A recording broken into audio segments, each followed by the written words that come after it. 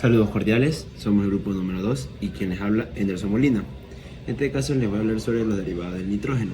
Pero bien, ¿qué es de por sí el nitrógeno? El nitrógeno es el elemento químico que se caracteriza por tener como número atómico el 7 y se simboliza con la letra N.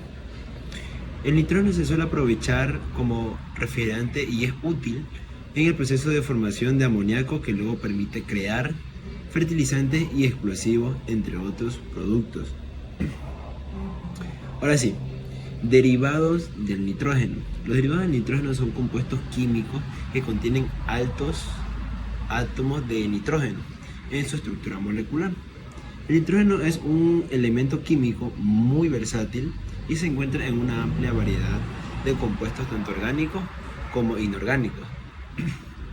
Tenemos las aminas. Las aminas son compuestos químicos orgánicos que se consideran como derivados del amoníaco y resultan de la sustitución de los hidrógenos de las moléculas por los radicales alquilo. Tenemos las amidas. Las amidas son compuestos químicos orgánicos mismos que pueden derivar de ácidos o de aminas. Existen tres tipos de amidas, que son las primarias, las secundarias y las terciarias, o también llamadas las amidas sencillas, las sustituidas o disustituidas, dependiendo del grado de sustitución del átomo de nitrógeno.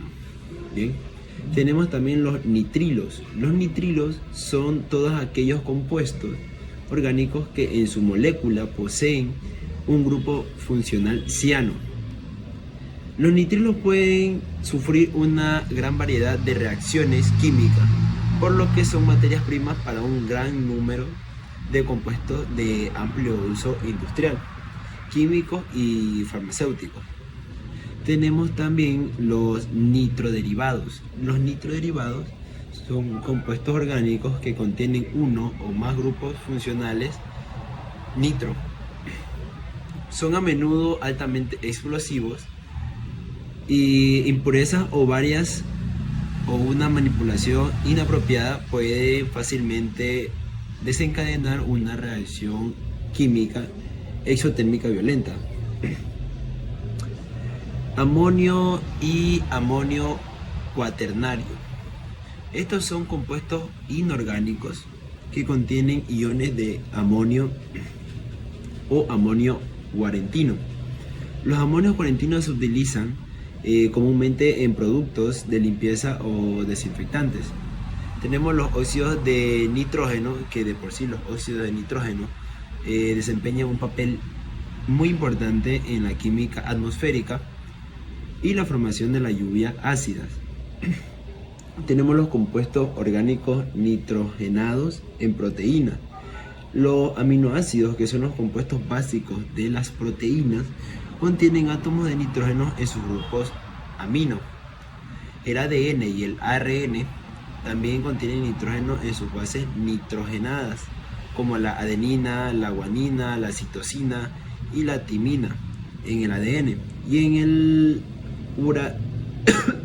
perdón, y el uracilo en el ARN. Muchas gracias. Buen día, profesor. Quien le habla es Kevin Cedeño Cango. A continuación de la exposición con el tema sustancias cancerígenas. Bien, se entiende por sustancia cancerígena a cualquier agente natural o artificial el cual es capaz de originar un cáncer en un organismo. Bien, en nuestro entorno próximo y también en el lugar de trabajo hay cientos de agentes naturales o artificiales que pueden ser cancerígenos. El riesgo fundamental procede de la exposición intensa y durante años a una sustancia cancerígena que, por ejemplo, en el lugar de trabajo, mientras que es mucho menor el riesgo derivado de la exposición a la misma sustancia a niveles medioambientales. Bien, las sustancias cancerígenas medioambientales, algunas de estas sustancias de más impacto medioambiental son los contaminantes del aire exterior e interior, como es el amianto, el benceno, las emisiones de motores a diésel y los hidrocarburos aromáticos policíclicos. que sus siglas son HPA. Bien, los contaminantes del agua y de los alimentos, como es el arsénico y los contaminantes orgánicos persistentes, como como las dioxinas. Bien, hay suficientes evidencias científicas de que algunas sustancias presentes en el medio ambiente producen varios tipos de cáncer. Los más frecuentes relacionados con la exposición a estos cancerígenos son los de pulmón, de vejiga, de piel, las leucemias y los linfomas. Bien, tenemos el carcinógenos químicos. Estos son productos químicos que pueden causar cáncer. Ejemplo, estos incluye el tabaco, eh, y que contiene numerosos carcinógenos. Estos incluyen el alquitrán y la nicotina. Y también productos químicos industriales como es el asbesto y el benceno y ciertas sustancias químicas utilizadas en la fabricación de plástico y productos químicos agrícolas. También los carcinógenos físicos. Estos en cambio son factores físicos que pueden aumentar el riesgo de cáncer. Los ejemplos incluyen la radiación ionizante, como la radiación ultravioleta del sol, la radiación de rayos X y la radiación gamma. Bien, también se incluye en esta categoría la radiación electromagnética de dispositivos como teléfonos móviles, aunque la relación entre esta radiación y el cáncer aún es bajo de estudios. Bien, y por último, el carcinógenos biológicos. Estos son agentes biológicos como ciertos virus y bacterias que pueden aumentar el riesgo de cáncer. Ejemplo de estos incluyen el virus del papiloma humano, el VPH, que puede causar cáncer cervical, y el virus de la hepatitis B y C, que puede aumentar el riesgo de cáncer de hígado. Bien, con esto concluye mi tema. Muchas gracias por su atención, profesor. Hoy les voy a hablar sobre los efectos invernaderos. Los efectos invernaderos es un fenómeno actual en la cual nos ayuda a mantener el medio ambiente en la temperatura de la superficie del planeta. En sí, esto es esencial como para la vida en la Tierra, porque en su ausencia la temperatura de la superficie de la Tierra es media y sería como unos 18 grados centígrados bajo cero en lugar de la media actual, que sería 15 grados. La superficie terrestre absorbe naturalmente el 70% de la radiación solar, mientras que el resto de lo que reflejan de la vuelta al espacio por reverberación, la radiación solar absorbida se transforma en una radiación infrarroja, tanto que regresa a la atmósfera. Tenemos el siguiente tema, que es un pequeño ejemplo que una parte de la radiación solar atraviesa a la atmósfera y llega a la Tierra. El CO2, la Tierra absorbe parte de esta radiación solar y refleja la parte de ella en la atmósfera. Tenemos efectos locales. Efectos locales nos dice que tenemos inundaciones costeras, cambios en disponibilidad del agua y otros puntos más. Tenemos lo que es inundaciones costeras. Inundaciones costeras, en esta área el aumento del nivel del mar debido al calentamiento global y expresión térmica del agua. Esto es debido al océano, que tanto pueden causar unas inundaciones costeras más frecuentes y graves. Tenemos cambio de disponibilidad del agua. En sí, el agua dulce puede ser uno de los más afectados por este cambio.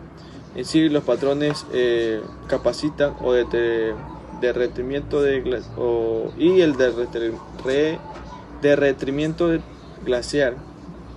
Esto puede tener un impacto disponible tanto como para el agua potable o gestión de recursos hídricos. Tenemos lo que son los incrementos de eventos climáticos o extremos.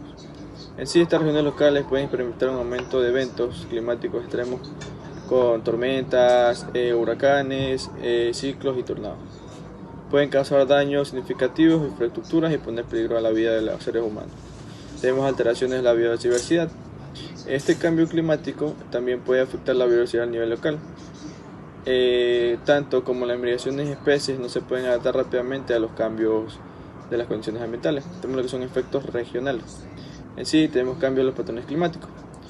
El aumento de los gases invernaderos contribuyen a cambios en los que patrones climáticos son más regionales. Esto puede manifestarse en forma de temperatura más cálida o fría. Tenemos impacto de la agricultura. Los cambios de la temperatura en sí son las precipitaciones, que pueden ser como afecta la agricultura a nivel regional, o las siguientes pueden ser también reducir la producción de cultivo, mientras que aumentan más las temperaturas y pueden que alteren los patrones de crecimiento, tanto como las plantas, o pueden afectar tanto a los cultivos. Tenemos región para la salud. Esto prácticamente aumenta las temperaturas, que pueden ser un efecto derivado para la salud humana regional.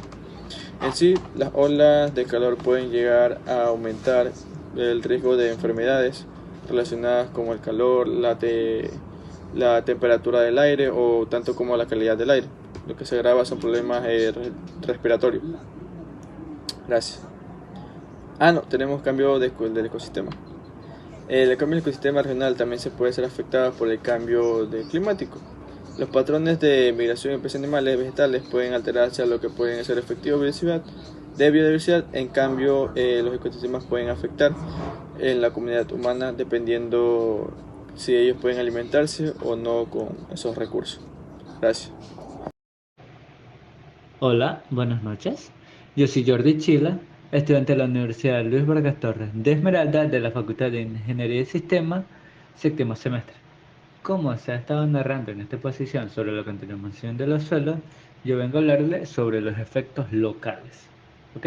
Bueno, comencemos. Tenemos entendido que la contaminación atmosférica y los suelos tienen efectos significativos a nivel local, tanto en el medio ambiente como en la salud humana. ¿Esto qué quiere decir? Que en términos de calidad del aire, la emisión de contaminación atmosférica proviene de unas fuentes industriales y vehículos que pueden causar problemas respiratorios. Entonces, en cuanto a la contaminación del suelo, la liberación de sustancias químicas tóxicas como pesticidas, ¿cómo se llama la otra? Herbicidas, metales pesados y productos químicos, eh, tiende a tener un impacto negativo en la salud humana, ya que el agua contaminada puede ser consumida o utilizada para el riego de los cultivos. Además, los contaminantes del suelo pueden matar plantas y animales, interrumpir los ciclos naturales, reducir la biodiversidad en los ecosistemas locales. La exposición de la contaminación atmosférica y del suelo pueden tener consecuencias graves para la salud humana, como enfermedades respiratorias, cáncer, trastornos neurológicos y problemas de desarrollo en los niños, ya que la comunidad cercana a la fuente de contaminación suele ser más expuesta a estos riesgos, lo que pueden tener un impacto negativo en su calidad de vida.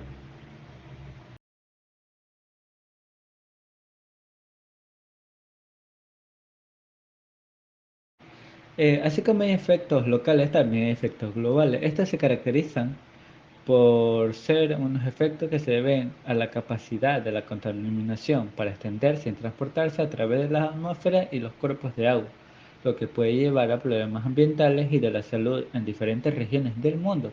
En términos de contaminaciones atmosféricas, los gases de efecto invernadero, como el dióxido de carbono, el metano, el oxígeno nitroso, la contribución del calentamiento global y el cambio del clima, estos son gases que atrapan el calor en la atmósfera, lo que puede resultar en un aumento de la temperatura media del planeta, aunque generalmente de la temperatura global tiene un efecto perjudicial en los patrones climáticos, los ecosistemas y las biodiversidades, así como en la salud humana y la disponibilidad de recursos naturales.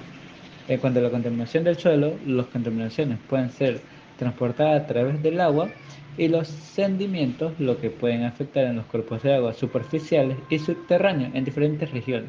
Esto puede tener un impacto negativo en la calidad del agua, así como en los ecosistemas acuáticos y en la vida marina. Listo, teniendo entendido cuáles son los efectos locales y los efectos globales, vamos a hablar sobre los efectos sobre el hombre. La contaminación del aire y del suelo tiene graves impactos en la salud humana, como ya habíamos escuchado. La exposición al contaminante atmosférico puede causar enfermedades respiratorias, cardiovasculares, inmunológicos y aumentar el riesgo de cáncer. En cambio, por otro lado, la contaminación del suelo a través del consumo de los alimentos cultivados en el suelo o que entren en contacto directo pueden provocar intoxicaciones, trastornos neurológicos, daño del sistema reproductivo y cáncer también. Estos efectos varían según la cantidad y duración de la exposición, pero en general la contaminación atmosférica del suelo representa un riesgo significativo para la salud humana. Ok, quien les habla es Steven Tello. Yo voy a hablar sobre la contaminación del suelo. El suelo es un recurso finito, lo que significa que su pérdida y degradación no es recuperable en el transcurso de una vida humana. Los suelos afectan a los alimentos que comemos, al agua que bebemos, al aire que respiramos, a nuestra salud y la de todos los organismos del planeta. Sin los suelos sanos no podríamos producir nuestros alimentos. De hecho, se calcula que el 95% de nuestros alimentos se producen directa o indirectamente en los suelos. La contaminación del suelo es devastadora para el medio ambiente y tiene consecuencias para todas las formas de vida a las que afecta. Las prácticas agrícolas insostenibles reducen la materia orgánica del suelo y pueden facilitar la transferencia de contaminantes a la cadena alimentaria. El suelo como definición. El suelo es una capa superficial de la tierra compuesta por material mineral y orgánico, así como aire y agua. Es el medio natural en el que crecen las plantas y proporciona un soporte físico y nutrientes esenciales para la vida vegetal. El suelo se forma a partir de la descomposición de rocas y materiales orgánicos a lo largo de procesos geológicos y biológicos que ocurren a lo largo de un periodo extenso de tiempo. Causas que degradan los suelos. La degradación del suelo no es un proceso complejo que resulta de la combinación de factores naturales y actividades humanas. Entre ellos tenemos los siguientes. La erosión del suelo. Este es uno de los problemas más comunes si se refiere a la pérdida de la capa superior del suelo debido al viento, al agua o a la actividad humana. Las prácticas agrícolas insostenibles. El uso excesivo de técnicas agrícolas intensivas como el monocultivo, el arado excesivo y el uso indiscriminado de agroquímicos puede agotar los nutrientes del suelo, reducir su fertilidad y desequilibrar su estructura. La deforestación. La tala de árboles y remoción de vegetación natural para actividades como la agricultura, minería y la urbanización desencadena la erosión del suelo. Contaminación. La acumulación de productos químicos tóxicos como pesticidas y herbicidas, así como la liberación de residuos industriales y urbanos en el suelo. Salinización. La acumulación excesiva de sales en el suelo, a menudo causada por el riego inadecuado en áreas áridas o semidesérticas. Compactación del suelo. El pisoteo constante por maquinaria agrícola o tráfico pesado puede comprimir las partículas del suelo, reduciendo la capacidad de retención del agua y dificultando el crecimiento de las raíces. El cambio climático. Los cambios en los patrones de precipitación y temperatura asociados al cambio climático pueden tener un impacto significativo en la salud y la calidad de los suelos, alterando los procesos de descomposición y nutrientes. Por último, la sobreexplotación y mal manejo de recursos naturales. El uso excesivo de recursos naturales como la extracción de la madera, la minería y la sobreexplotación de acuíferos puede contribuir a la degradación del suelo y la pérdida de la biodiversidad. Factores influyentes en la contaminación del suelo. Tenemos las actividades industriales. Las actividades industriales como la manufactura, la minería y la producción de energía pueden liberar sustancias químicas tóxicas y contaminantes en el suelo. La agricultura y uso de agroquímicos. El uso intensivo de pesticidas, herbicidas y fertilizantes en la agricultura puede introducir sustancias químicas dañinas en el suelo. Los residuos sólidos y vertederos. La exposición inadecuada de basura y residuos sólidos, así como la operación de vertederos mal gestionados, puede resultar en la liberación de contaminantes en el suelo. Derrames de productos químicos y sustancias peligrosas.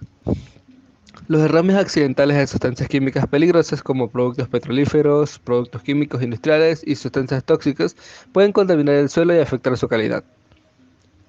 Prácticas de disposición de desechos peligrosos.